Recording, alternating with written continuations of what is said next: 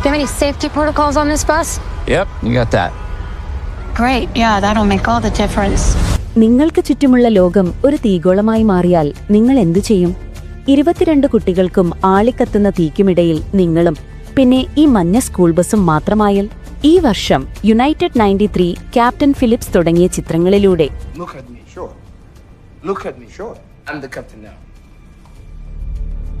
യഥാർത്ഥ ദുരന്തങ്ങളെ വെള്ളിത്തിരയിൽ എത്തിക്കുന്നതിൽ മാസ്റ്ററായ director Paul Greengrass the lost bus എന്ന ചിത്രവുമായി വീണ്ടും വരികയാണ്. ഇതൊരു സിനിമ മാത്രമല്ല, 2018 കാലിഫോർണിയയിലെ പാരഡൈസ് എന്ന നഗരത്തെ വിഴുങ്ങിയ ക്യാമ്പ് ഫയറിന്റെ ഒരു നേർക്കാഴ്ചയാണ്. ആ നരകത്തിലൂടെ 22 കുട്ടികളെ സുരക്ഷിതരായി പുറത്തെത്തിച്ച ഒരു സ്കൂൾ ബസ് ഡ്രൈവറുടെയും ടീച്ചറുടെയും അവിശ്വസനീയമായ യഥാർത്ഥ കഥ. രക്ഷാപ്രവർത്തനം പരാജയപ്പെടുന്ന നിമിഷം മുതൽ ഗ്രീൻഗ്രാസ് അദ്ദേഹത്തിന്റെ മാന്ത്രികത പുറത്തെടുക്കുന്നു.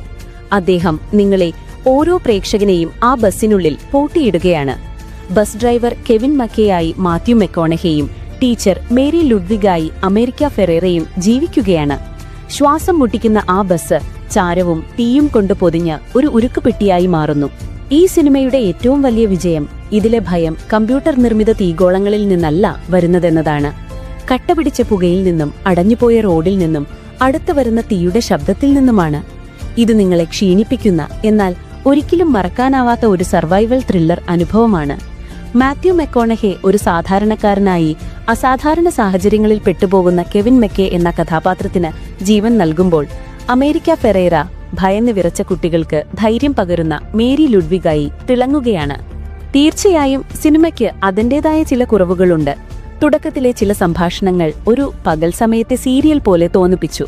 മെക്കോണഹയുടെ കഥാപാത്രത്തിന് നൽകിയിരിക്കുന്ന ചില വ്യക്തിപരമായ പ്രശ്നങ്ങൾ കഥയുടെ ഒഴുക്കിനെ ചെറുതായി ബാധിക്കുന്നുമുണ്ട്.